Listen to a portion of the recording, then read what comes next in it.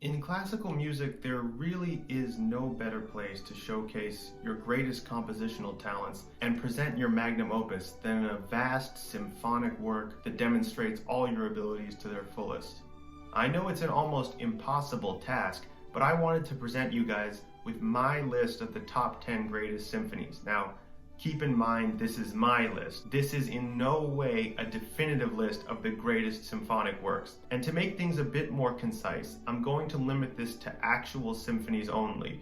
That means I'll be excluding tone poems and standalone concert overtures from consideration.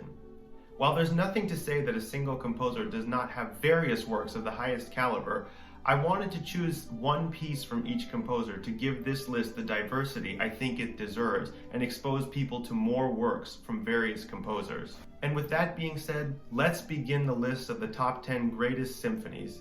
Number 10, Brahms Symphony 4. While any of Brahms' 4 symphonies are of high quality, I feel it's the fourth where he really shines through as a composer and steps out of Beethoven's shadow. For those not familiar, Brahms' first symphony was often called both lovingly and derogatively Beethoven's 10th. In fact, a motif in Brahms' first symphony sounds eerily similar to Ode to Joy. Needless to say, as one of the few romantic composers who stuck to exact and not programmatic music, Brahms was often seen as Beethoven's successor in many ways. However, it's his fourth symphony where his true individual voice comes through. While there is touches of Beethoven-esque flourish and drama, Brahms brings some of his own influences into the symphony and provides a balance that harkens back in many ways to the period of Haydn, Mozart, and Gluck, composers who were all huge influences on Brahms. Also, it's important to note that Brahms' fourth symphony was composed after he had completed his full set of Hungarian dances, which were wildly popular. This exploration of folk music imbued Brahms with a new sense of purpose and, in my opinion, gave his fourth symphony the individual character that may not have been as present in his earlier symphonies. If you're interested in getting into Brahms, I definitely recommend you check out the fourth symphony. Number 9, Mahler's Fifth Symphony. Now, anyone who's familiar with music and classical music will know Gustav Mahler has a titanic position in the development of the symphony. To say his works were large is an understatement of the greatest magnitude. His Eighth Symphony, the Symphony of 1,000, stretches on for an hour and a half in length and features one of the biggest ensembles ever assembled for a symphonic work. In this list, I wanted to include Mahler's Fifth Symphony. Mahler's Fifth Symphony, like all his symphonies, was a large-scale giant undertaking that took years to complete and was scored for a huge ensemble. He composed primarily in the solitude of his cottage, and the Fifth Symphony in many ways reflects Mahler's interests with the human condition, nature, and the general world around him. However, this symphony truly is considered a standout for a couple of reasons. It continued Mahler's unique take on the symphony, opening with a funeral march that is well known and well regarded. But it's the third movement, the Adagietto, that really seals this symphony as something truly special. The Adagietto is a slow, gorgeous movement that is passionate, longing, and tragic in all the right ways. And don't take my word for it. As America reeled from the tragic assassination of John F. Kennedy in 1963, it was the Adagietto, conducted by Leonard Bernstein, that filled the halls of St. Mark's Cathedral during the funeral service. Like I said, while almost any of Mahler's symphonies could fit on this list, it's my opinion that in many ways, the fifth distills all the greatest parts of Mahler into one cohesive whole. Number 8, Mendelssohn's Symphony 4, Italian. Felix Mendelssohn was in many ways the Romantic era Mozart. He was a polymath of the highest order. He composed the Midsummer Night's Dream Overture when he was just 17. I mean, really, he was just 17. That being said, like Brahms and many Romantic composers, his symphony output was significantly smaller than the classical era masters. It's the fourth symphony, the Italian, that I want to highlight here for number 8 position on this list. As I mentioned, Mendelssohn is in many ways indebted to Mozart, and the Italian symphony proves this perfectly. The joyous opening melody and repeated flute figure evokes the joy of Mozart's best moments for the Romantic era. Mendelssohn, like Brahms, was known as somewhat of a conservative in the 19th century. But despite this, he still embraced many Romantic era innovations. For example, this symphony contains a much more involved development section than a typical classical one. There are many great moments of drama and minor tonality that, upon listening to the joyous opening, one would not necessarily expect from the Italian symphony, which in many ways makes their appearance ever more impactful. As I mentioned, the opening movement is certainly a highlight of the Fourth Symphony, and I recommend anyone who's interested in Mendelssohn to check this out. The Midsummer Night's Overture is also amazing, but I think he really does some of his best work in the Italian Symphony. Number 7, Shostakovich 10th Symphony. Shostakovich, famously, was one of the composers to break the curse of the Nine. No, he did not die after his 9th Symphony. In fact, he ended up composing his 10th Symphony, which many consider his best overall, and I tend to agree. I've included it here at the number 7 position for this very reason. A bit of background on the 10th Symphony, and Shostakovich himself. As a composer, he came of age during the rise of the Soviet Union, and Stalin himself. Being an artist was no easy task, and Stalin was twice denounced by the official newspaper, the Pravda, which often put both his professional and personal health in danger. The 10th Symphony was composed after his second denunciation by the Pravda and the death of Joseph Stalin. And that is, I think, two of the contributing factors that makes this piece so impactful. The opening movement starts with a slow, low figure in the strings and really emphasizes the bass. I mean, really emphasizes it in a way that calls back to some of Wagner's best bass movements from pieces like the Das Rheingold Overture and the Die Valkyrie Overture and so on. The piece then builds up in the opening movement into chaotic interjections from the wind, the brass, the strings. A lot of staccato and syncopation happen here. In many ways, people feel this symphony is programmatic in that it depicts the horrors of living under the Stalin era of the Soviet Union. People being disappeared, unpersoned, summarily executed, sent to labor camps. These were all things that were happening, and all things that, honestly, Shostakovich was at risk of experiencing should he run afoul of the official Soviet Union party line with regards to art. It's well known he struggled with this, his needs to express himself artistically, with the very real concern of protecting himself and his family. Pieces such as the Eighth String Quartet and others showcase his internal turmoil of having to live under such a repressive regime. I think it truly comes together here in the 10th Symphony. As I mentioned at the start of the video, there is no better place to express the true depths of your soul, in my opinion, than the symphony. And in the 10th, Shostakovich lays it all out, what it was like to live in fear in the Soviet Union. It's a truly unforgettable experience and one of the greatest of all times. Number 6, Mozart Symphony 38, Prague. Now, I know this might be a bit controversial. As I mentioned earlier, I'm only including one piece per composer, and the fact that I chose this might cause some people to raise their eyebrows. Really? You're not including the 40th in G minor, or the 41st, the Jupiter Symphony, or even Symphony 39? But no, to me, Mozart's 38th Symphony, the Prague Symphony, is truly a work of unbridled joy, energy, passion, and happiness that can't be equaled. It is unique in that there's only 3 movements in this symphony, but again, the opening movement, like so many other symphonies, takes the cake here. Mozart had been heavily studying the counterpoint of Bach during this period, and he takes the opportunity in the Prague Symphony to really let it rip. The opening movement is a tour de force in the use of counterpoint in a classical context. This symphony is entitled Prague for 2 reasons. One, Mozart was a well-known lover of the city of Prague in then Bohemia, and his music was often more popular in the former Bohemia, now the Czech Republic, than it was in his native Austria. This is by no means to say Mozart was not a popular celebrity of his day. There is a myth going around that Mozart is more famous now than he was today. That's not true. He was very famous. It's just that some of the time his pieces didn't have the greatest reception in Vienna versus other parts of Europe.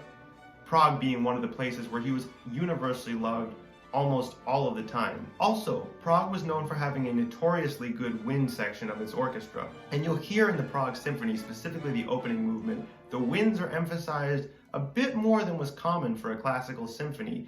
And it's thought Mozart deliberately did this to take advantage of the ace wind section in the Prague Symphony Orchestra. Again, Mozart wrote many symphonies that are of the highest quality that I could have included, but for my personal favorite, and limiting it to 1 symphony per composer, it has to be the Prague Symphony. Like I said, the energy and excitement and joy that you hear, especially from the opening movement, is just so contagious I couldn't not include it. Number 5, Symphony 2, Sibelius. Now, this is one of the greatest symphonies for sure. John Sibelius is by far one of my composers. Heck, he's not just one of my favorite composers, there's a whole software named after him. But the position Symphony 2 occupies in music history is very interesting.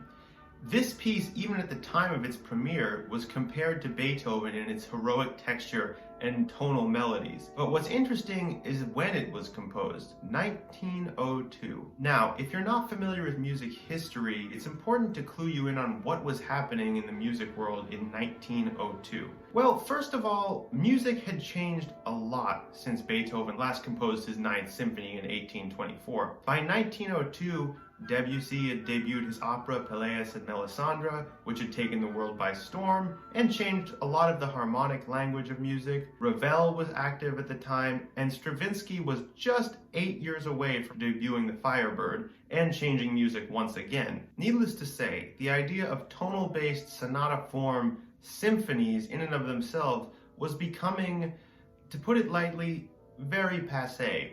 Not to mention using melodies that were considered heroic, were considered about as old school as you could get in 1902.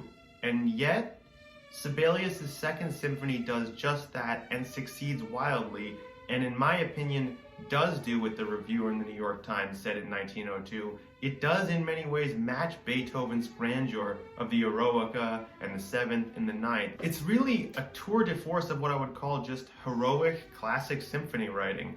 There's 4 movements, sonata form is employed, major and minor tonalities are the primary painting colors. It really is great. That being said, it really was old school for the time it was released in 1902.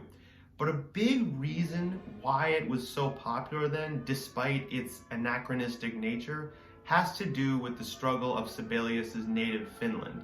Now, at the time, Finland was dominated by Russia, and there was a deliberate effort to suppress the Finnic culture, language, and basically the traditions of the Finnic people. In response to this, Sibelius, like Shostakovich before him, ironically, who was Russian, used music as a vehicle to express his discontent with the situation in Finland and his internal defiance to the Russian oppression of the Finnish people. Many heard it that way at the time too, and expounded upon its programmatic nature about the struggle of the Finnish people. Sibelius, of course, denied this to keep himself safe and to not incite the Russians, but that might be one of the key reasons that despite its old school nature, being released in 1902, it ended up being as popular as it was.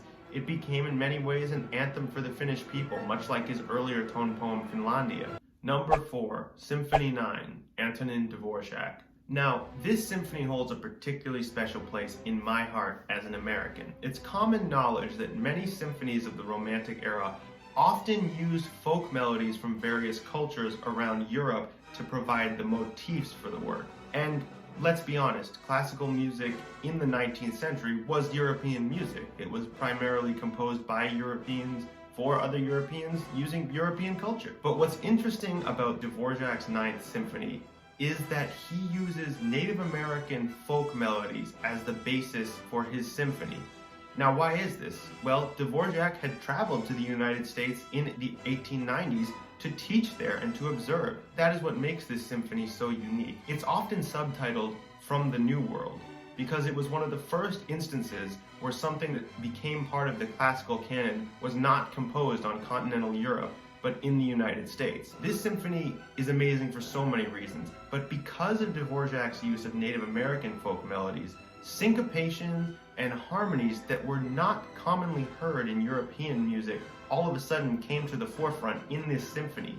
In many ways, to my ears, this symphony oftentimes points the way to rock and roll and some of the more swinging big bands of the 20s and 40s. In fact, it was Dvorak himself who said America's first great composer would be black. Now, he died before Duke Ellington became famous, but I think it's fair to say Dvorak, observing America, was pretty right on about where we were headed as a country musically and what we would contribute to the world of music. Number 3, Symphonie Fantastique, Berlioz.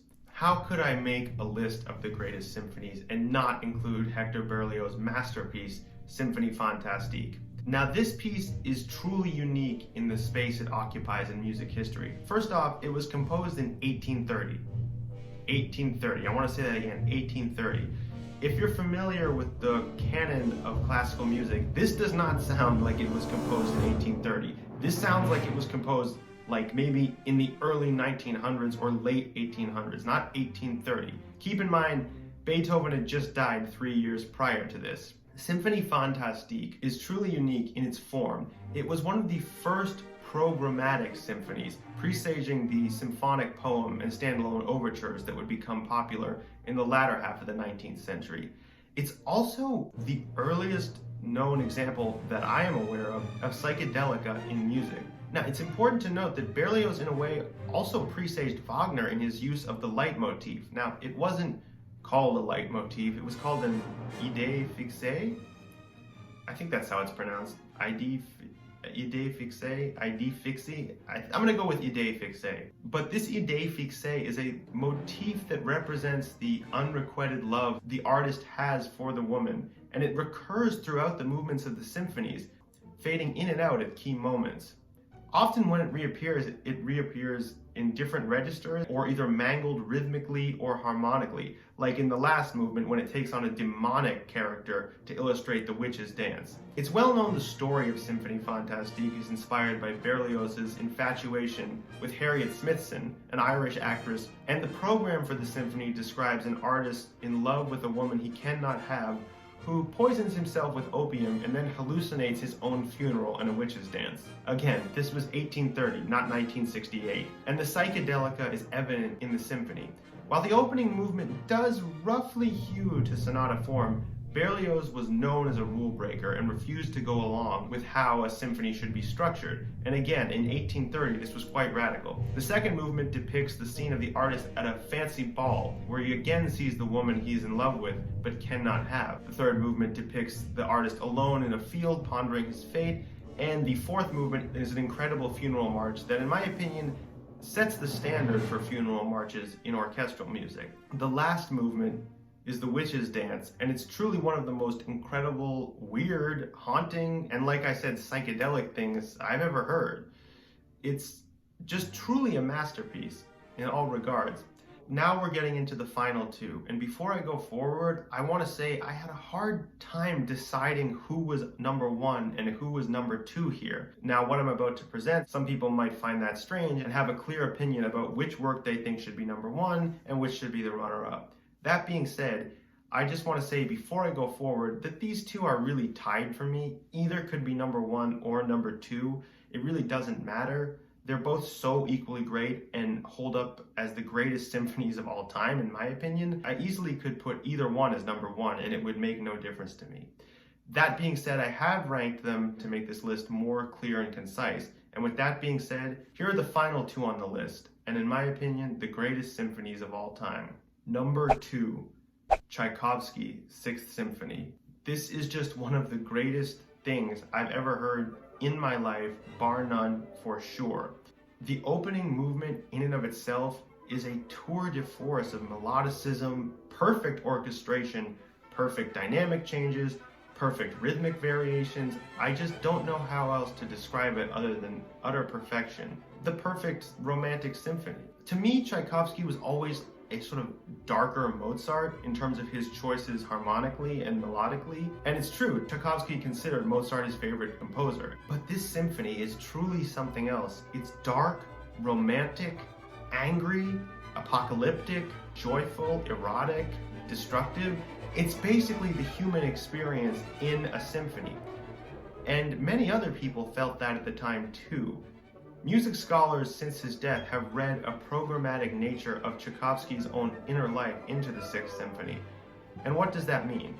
Well, we know that just days after the premiere of the Sixth Symphony, Tchaikovsky was dead, supposedly of cholera, but to this day, there is a dispute of exactly what caused his death. It may have been an honor killing, a suicide, or a straight-up murder. One thing we do know for sure is that Tchaikovsky struggled early on in his life with who he was. As a gay man in late Imperial Russia, Tchaikovsky had to keep his true feelings to himself, which of course caused great emotional turmoil in his inner life.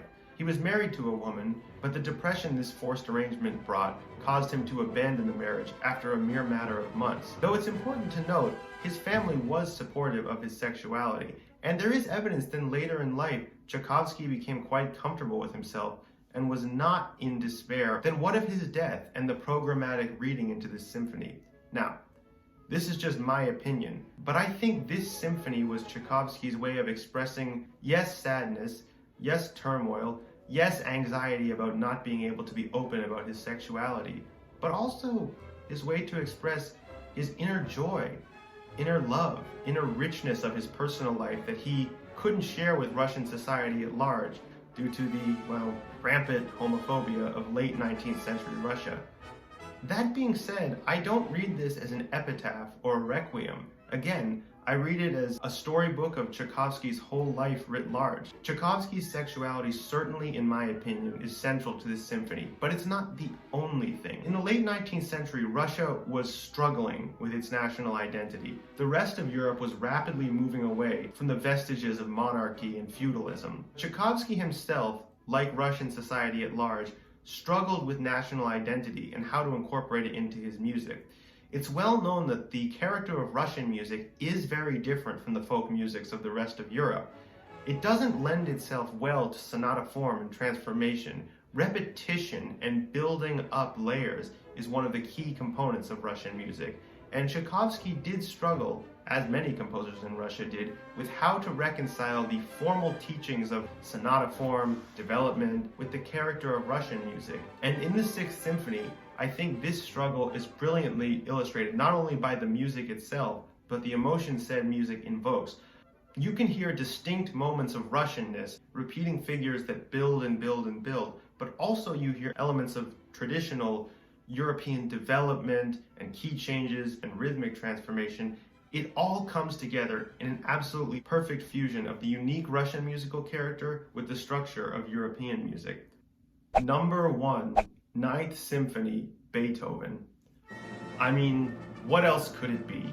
Really, after all these hundreds of years, what else could it be? I once heard a famous conductor compare Beethoven's Ninth Symphony to the Parthenon in Athens, Michelangelo's David, Leonardo da Vinci's Mona Lisa, Shakespeare's Romeo and Juliet. Basically, the point he was trying to make is, it's beyond music. It's just an icon of Western civilization that will never be forgotten. And I honestly tend to agree. I mean, if you haven't heard Beethoven's Ninth Symphony, you've certainly heard the Ode to Joy. It was the anthem of the European Union, after all. I'm not sure if it still is, I'll have to check on that. The Ode to Joy, of course, comes from the choral movement of the finale. Before the Ninth Symphony, the idea that you would have human voices saying words depicting actual things in music was, I don't want to say it was anathema, it just never occurred to anyone. It wasn't even something that was on the radar in 1824. There had been hints of it with things like Weber's Die Freischütz and the German Romantic opera tradition that was just beginning. But the way Beethoven brought in the choral movement in the finale of the Ninth is truly just something that is unlike anything that had ever happened and has ever happened. But it's not just the finale that's amazing. The staccato, intense, crashing first movement, the third movement that is slow and sweet with just perfect orchestration, and like I said, the aforementioned finale with the Ode to Joy choral movement, with, again, what I would consider possibly the greatest melody ever written. I mean, since Beethoven, we've had Tchaikovsky, the Beatles, Duke Ellington, Motown, the Great American Songbook, you name it. We've had a million melodies written. But let's be honest, are any of them really better than this?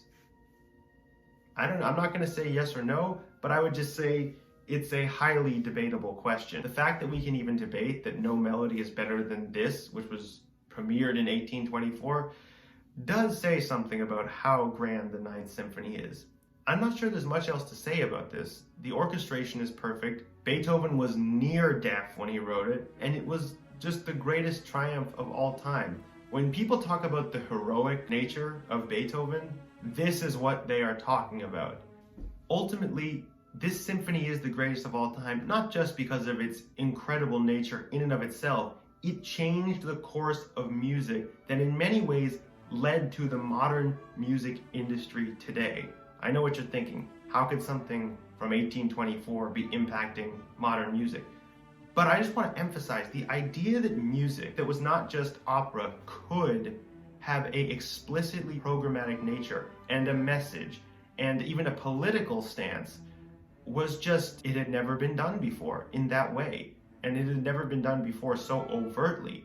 In fact, Beethoven's Ninth caused the fracture in the Romantic movement that led to what we call the War of the Romantics. It was not a literal war. Liszt and Brahms were not beating each other up in the streets, but it was the idea that Beethoven's Ninth Symphony either marked an entirely new direction of music, which was the view held by Wagner and Liszt, or that Beethoven's Ninth Symphony was such a giant that it could never be overcome, and the best musicians could do was be to perfect their craft within the confines established by Beethoven. This view was held by Brahms and Clara Schumann, among others. Check out the Von Karajan recording from 1962. You will not be disappointed. It is the greatest. And that is my list of the top 10 greatest symphonies. Now, again, like I said, this is entirely subjective. I'm sure that people will disagree with me.